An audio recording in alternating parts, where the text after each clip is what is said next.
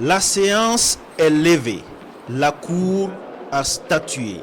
Le dossier portant sur l'assassinat crapuleux de l'ancienne ministre et députée Viviane Yolande Kampaoré est renvoyé au 20 février 2026. Un délai de 3 semaines jugé légal et nécessaire pour la manifestation de la vérité. Pour l'avocat commis à la défense de l'accusé, maître Sosten Edgar Dabiré, ce renvoi va lui permettre de mieux s'imprégner du dossier. Nous avons été donc désignés hier seulement, ce qui fait que nous n'avons pas eu encore donc le fond du dossier. Et pour pouvoir défendre l'accusé dans les conditions optimales, nous avons estimé qu'il était bien que le dossier soit renvoyé à 3 semaines.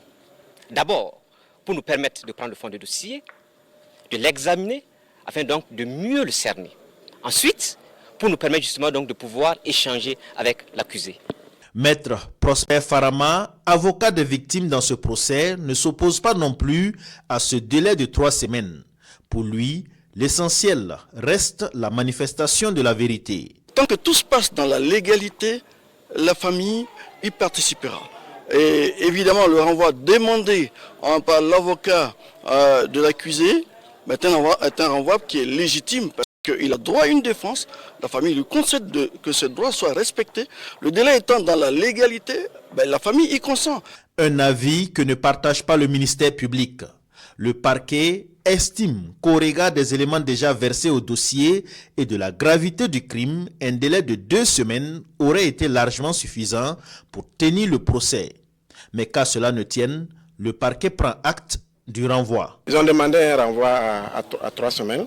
Nous avons estimé que c'était pour nous un peu long, quand bien même nous ne nous opposons pas au droit de la défense, à ce que chacun puisse préparer suffisamment son dossier. Mais nous avons pensé que le délai de 2 semaines était largement suffisant au regard du fait qu'on est en présence d'un flagrant crime et que de ce point de vue, les éléments étaient suffisants pour passer à un débat public et rendre une décision de justice. En attendant le 20 février, date du jugement, les familles des victimes devront encore patienter pour connaître toute la vérité sur ce drame ainsi que le sort du présumé coupable.